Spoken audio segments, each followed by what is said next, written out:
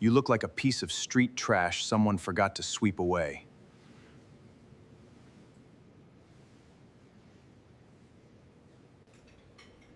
Give me my broom back, please. You belong in the dirt, wiping up our messes. God made people like you to serve people like me. You look like a piece of street trash someone forgot to sweep away. James Sterling did not even look up from his phone when he said it. The snoop-nosed 43-year-old senior managing partner of Sterling and Associates didn't care that the grand ballroom on the 54th floor of One Liberty Plaza was packed with 62 of the city's most prominent corporate lawyers, judges, and federal prosecutors. He didn't care that the air tasted like expensive champagne and imported caviar. All he cared about was the fact that a dark-skinned elderly janitor, wearing a faded blue uniform with the name tag Arthur stitched over the pocket, had accidentally bumped against his table with a cleaning cart. The slight vibration had caused a single drop of red wine to spill onto the pristine linen tablecloth, and to James Sterling, that was an unpardonable sin. Then James did something that made the entire room freeze. He reached out, grabbed Arthur's worn wooden broom, and snapped it clean over his knee with a sharp, echoing crack that sounded like a gunshot in the silent room. Arthur Miller didn't flinch. He stood there, 61 years old, his back slightly curved from a lifetime of hard labor, his calloused hands resting flat at his sides. His breathing remained perfectly rhythmic, unbothered by the sudden display of violence. "Give me my broom back, please," Arthur said. His voice was quiet, steady, carrying a thick, unmistakable accent from Central America, each word deliberate and measured. James laughed, a high, mocking sound that rattled against the crystal chandeliers. He kicked the broken pieces across the floor. "Or what, Arthur?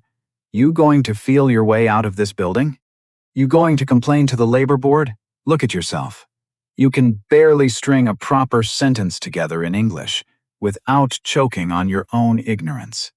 You belong in the dirt, wiping up our messes. God made people like you to serve people like me. You are twice worthless, blind to your own place in this world, and completely expendable to this firm."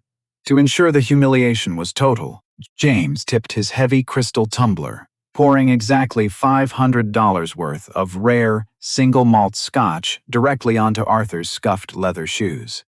The golden liquid soaked into the worn material, splashing against the hem of his cleaning uniform. 62 people watched.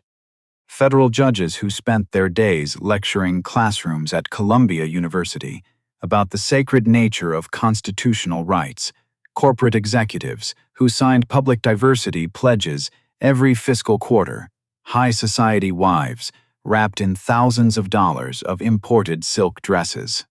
Not one person moved, not one person said a single word to stop it. They just looked away, suddenly very interested in their heavy gold watches, their expensive drinks, or the sweeping view of the midnight Manhattan skyline outside the glass. The silence was absolute, heavy with the hen-hot of the elite. Arthur stood perfectly still in that puddle of liquor for exactly 3 seconds. He didn't yell. He didn't reach for James's expensive, custom-tailored Italian suit.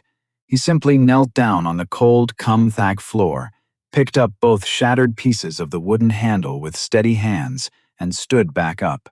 His eyes, clear and incredibly sharp behind a pair of cheap, wire-rimmed reading glasses, locked directly onto James's arrogant face. There was no fear in those eyes, only the cold, calculating precision of a man recording a crime scene. Because what happened next over the following 72 hours would make James Sterling and every single person in that grand ballroom wish they had never turned their backs on the old man with the broom. They would carry the terrifying proof of their silence for the rest of their natural lives. James Sterling believed he had just put a worthless immigrant janitor in his place, completely unaware that his cruel words had just been transmitted directly to a federal surveillance van parked 3 blocks away on Broadway.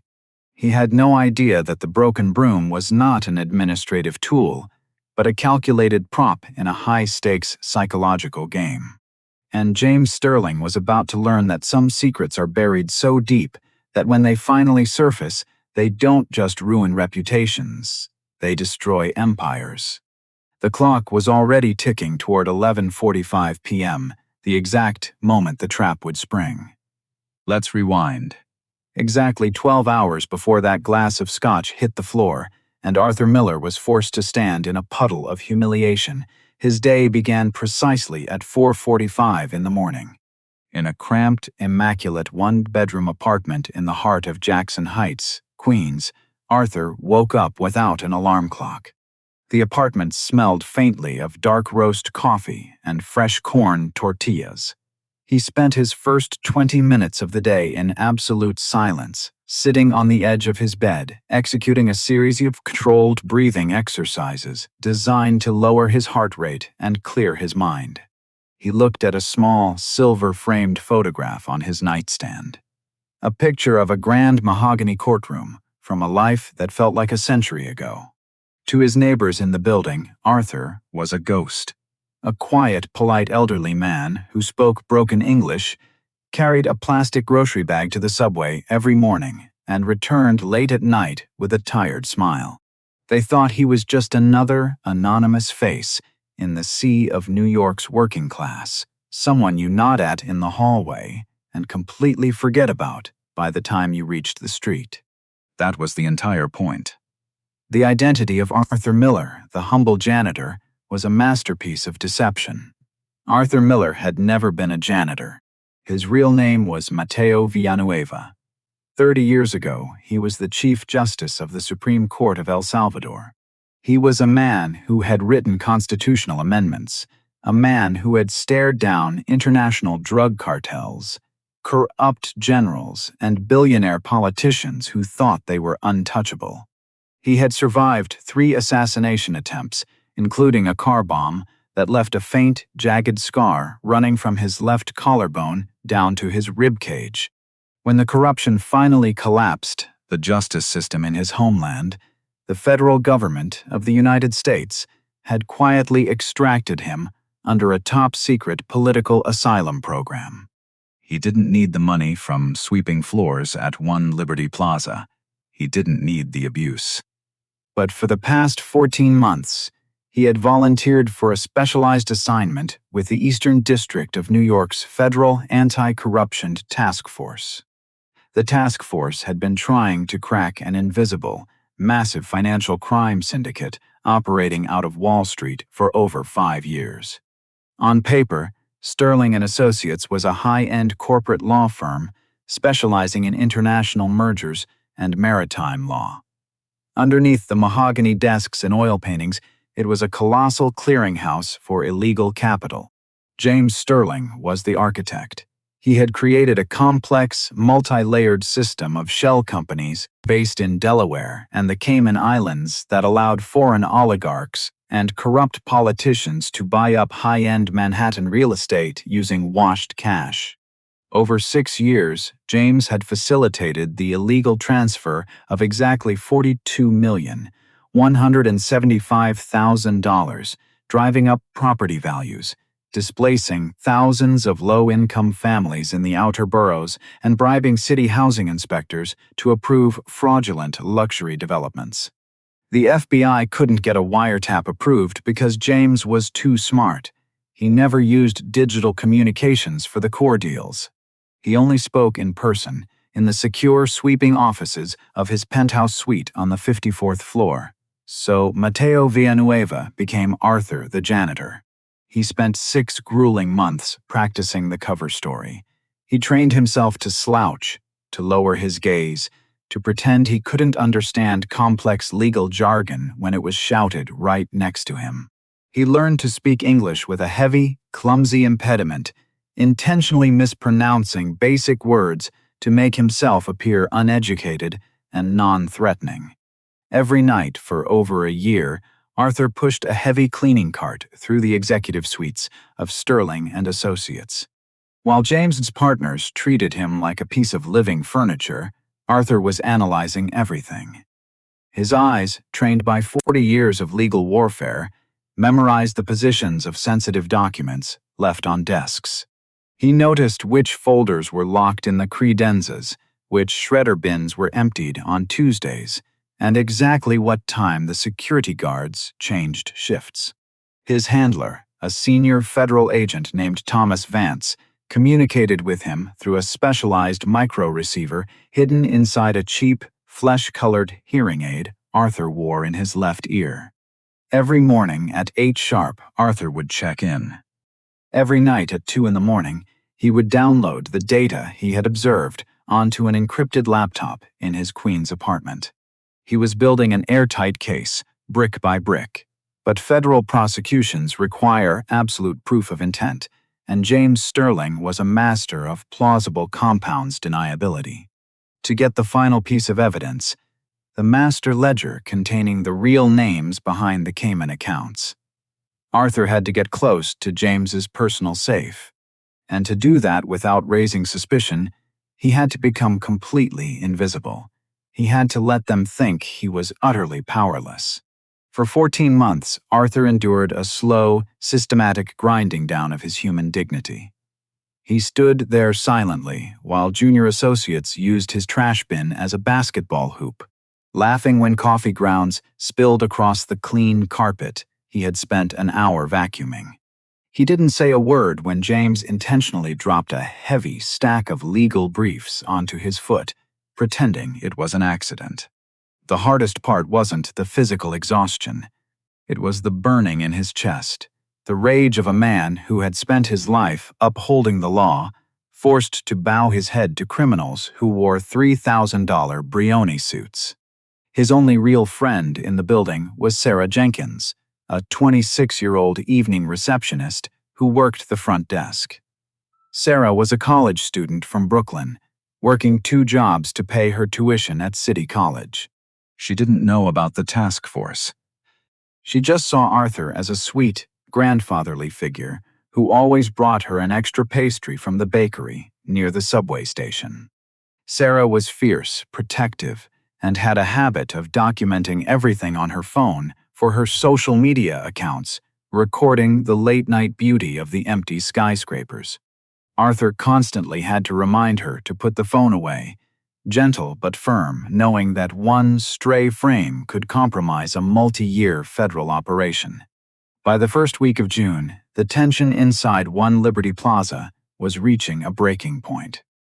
The firm was preparing for its annual gala, a massive public relations event meant to celebrate their victory in a landmark corporate restructuring case.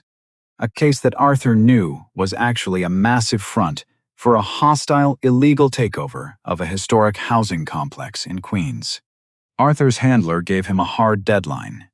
The task force was running out of budget, and James was preparing to transfer the ledger to a private bank in Zurich by the end of the month. "You have 2 weeks, Arthur," Thomas Vance had told him through the earpiece during a midnight shift. "If you don't get the ledger by then, we pull you out. The risk is becoming too high."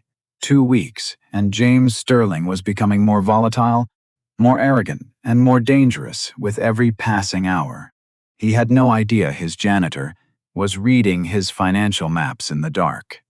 The brewing storm did not take long to return to the present moment, dragging the narrative back to the suffocating luxury of the 54th floor. The golden Scotch was still soaking into Arthur's shoes.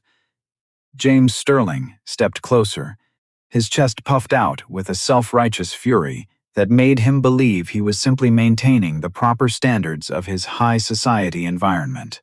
He did not like the way the old man was looking at him through those cheap, wire-rimmed glasses. There was no submission in Arthur's eyes, no trembling, no tears. To a man like James, who bought and sold human lives for a living, that lack of fear was an insult. "Call security," James barked, his voice cutting through the murmurs of the ballroom. "I want this illegal street rat thrown out of my building immediately." "And call the police." He looked around the room, gathering the silent approval of his colleagues.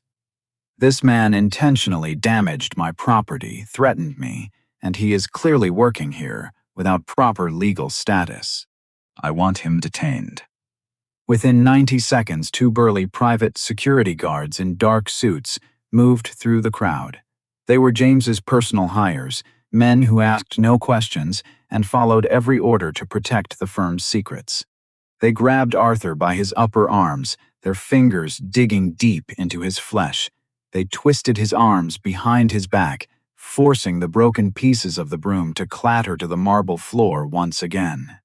James leaned in so close Arthur could smell the expensive tobacco and high-end liquor on his breath. "You think you can just walk into a place like this and look at me like an equal?" James whispered, his voice dripping with venom. "Clean the floor with your shirt, Arthur. Get down on your knees and wipe up my scotch, or I will personally ensure you spend the rest of your miserable life in a federal detention center before you get thrown back to whatever third-world gutter you crawled out of." The crowd remained frozen. Sarah Jenkins, standing near the back exit, felt her blood run cold. Her hands were shaking so violently she could barely hold her phone, but she kept it low, hidden behind a large floral arrangement, recording every single second of the interaction. She knew this was wrong. She knew Arthur was a good man. But the weight of 60 corporate lawyers and federal prosecutors standing in silent compliance was a wall that no ordinary receptionist could breach. The systemic silence of the room was absolute. Inside Arthur's left ear, the micro-receiver buzzed. Thomas Vance's voice came through, sharp, urgent, and tense. "Hold your position, Mateo," the handler whispered from the surveillance van down on Broadway. "Do not resist. The tactical team is already moving into the building's secondary security hub. We are intercepts of their internal network right now. Let them commit to the violation. Let the system run its course. Every word he says is another year in a maximum security cell. Hold on." Arthur did not fight back. He possessed the physical training to break the grip of both security guards in less than 2 seconds, a legacy of his early days coordinating judicial security forces against guerrilla cartels. He could have driven his heel into the kneecap of the guard on his right, leveraged his weight to fracture the wrist of the guard on his left, and left James Sterling gasping on the floor before the crowd could even blink. But he didn't move a single muscle in resistance. He chose a deeper, more absolute form of power. He chose the absolute dignity of a man who knew the law was a machine that, once set in motion, would grind his oppressor into dust. "I will not clean the floor with my shirt, Mr. Sterling," Arthur said, his voice dropping an octave, losing a fraction of its forced, clumsy accent. The words were perfectly clear, delivered with a calm, rhythmic precision that made a few junior associates near the front row look up in sudden confusion. "You have broken my tools. You have spilled your drink. The police will arrive, and we will see who truly belongs in a cell tonight." James sneered, completely missing the shift in the old man's tone. His arrogance was a shield that blinded him to reality. "Lock him in the holding room downstairs," James ordered the guards. "Don't let him leave until Officer Henderson gets here. We are going to make an example out of this trash." The guards dragged Arthur backward out of the grand ballroom, his shoes leaving a faint trail of wet scotch on the polished Calacatta cum thack. James turned back to his guests, raising his glass with a wide, victorious smile. "Now, where were we? Let's toast to the Southside luxury housing acquisition, a deal that will redefine the skyline of this city by Friday morning." The crowd cheered, the crystal glasses clinked, and the music swelled back to life, burying the memory of the janitor beneath a wave of corporate noise. They believed the unpleasantness was over. They had no idea that the storm had just broken anchor, and it was heading straight for the top floor. The layers of reveal began exactly 48 minutes later inside the private executive boardroom, adjacent to James Sterling's penthouse office. Arthur was not sitting in a holding cell. He was standing by the panoramic window, his wire-rimmed glasses tucked into his pocket, his back perfectly straight as he watched the blinking lights of the city below. The two private security guards who had dragged him out were now leaning against the wall, their weapons removed, their hands bound with heavy-duty federal zip ties. Standing over them were three men in dark tactical jackets, with the letters FBI emblazoned across the back. The heavy mahogany doors swung open. James Sterling walked in, flanked by Officer Henderson, a local precinct cop who had been on James's payroll for 42 months, receiving exactly $3,500 in cash envelopes every first Tuesday of the month. James was still holding his half-empty glass Oshach, his face flushed with the victory of his gala. "What the hell is this?" James shouted, his voice cracking as he saw his personal guards restrained on the floor. "Officer Henderson, arrest these men. "They are trespassing on private corporate property."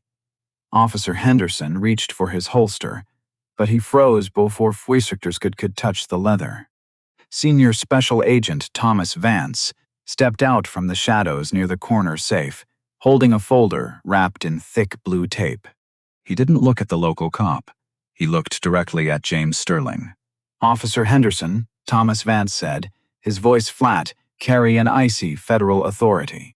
"If you touch that weapon, you will be violating Section 24(2) of Title 18 of the United States Code under color of law.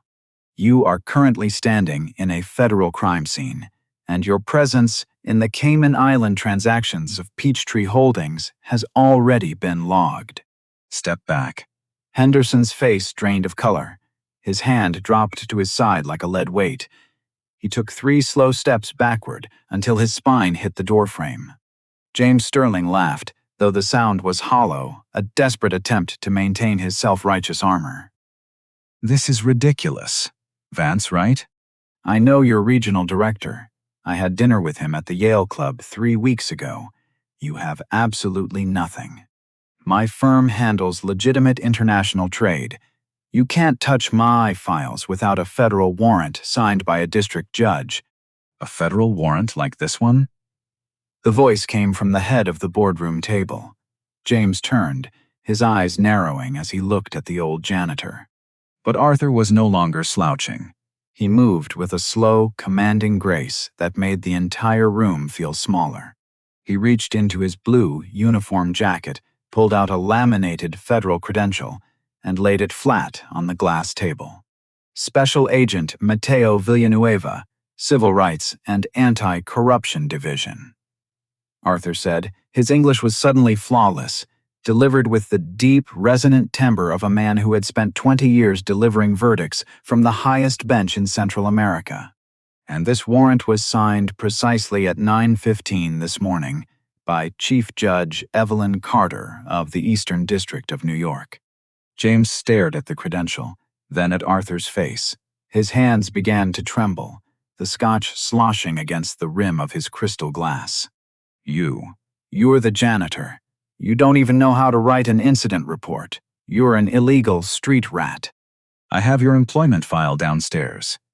"Your employment file was created by our Technical Operations Unit." 14 months ago, James," Arthur said, stepping closer until he was standing less than 2 feet away from the man who had poured liquor on his shoes less than an hour before.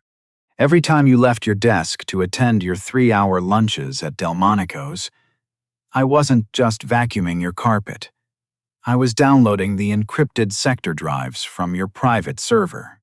Every time you spoke to your partners about the Southside Luxury acquisition, the deal that displaced exactly 114 low-income immigrant families from their rent-controlled apartments in Queens, you were speaking directly into a dual-frequency microphone embedded inside the wooden handle of my broom." Arthur reached down, picked up the 2 broken pieces of the broom from the floor, and twisted the plastic cap at the top of the handle. A small blue LED light blinked 3 times before going solid. The look of absolute panic that crossed James Sterling's face was a masterpiece of crushing karma. The self-righteous corporate god was dissolving into a terrified white-collar criminal. He dropped his glass. It shattered against the floor, the remaining Scotch mixing with the shards of crystal, mimicking the scene from the ballroom. This is a setup, James screamed, turning toward Officer Henderson, then toward his restrained guards. It's a fabrication, my lawyer. Call Richard Foster. He'll have this thrown out before breakfast. Richard Foster is currently being detained at John F. Kennedy International Airport. Thomas Vance interrupted, sliding a sheet of paper across the table.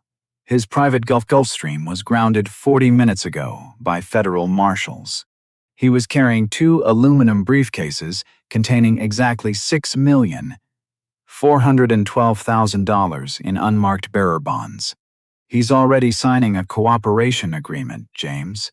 He gave us the master ledger. He gave us the names of the Delaware shell companies. he gave us you.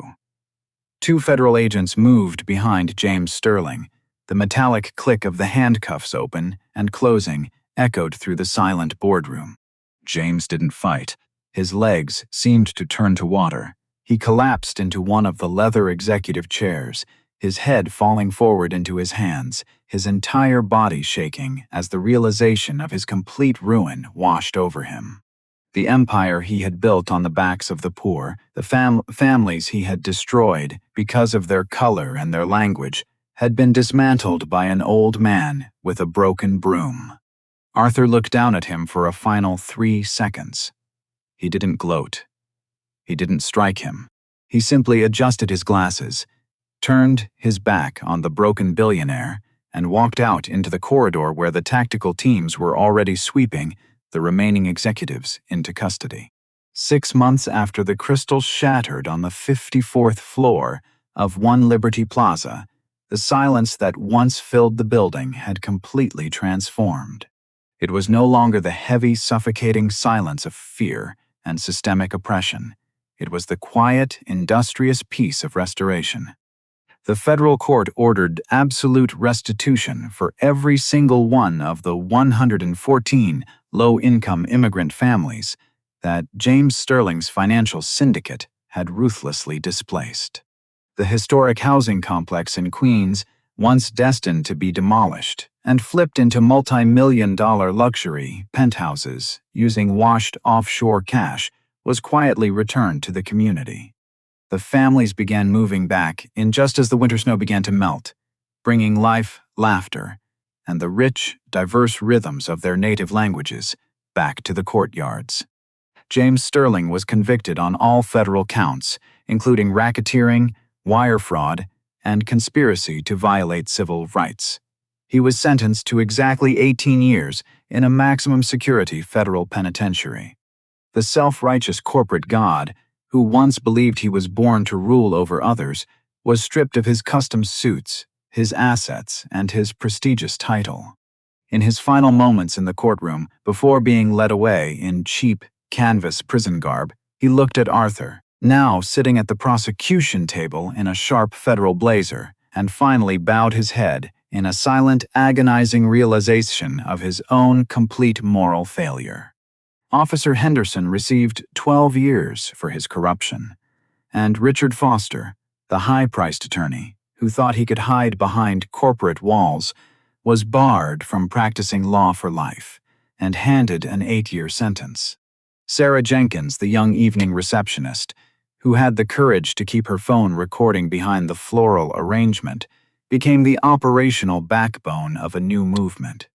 Using the evidence gathered during the 14-month sting operation, she and Special Agent Mateo Villanueva co-founded the Villanueva-Jenkins Project, a heavily funded nonprofit dedicated to legal outreach and fighting systemic housing discrimination across New York City.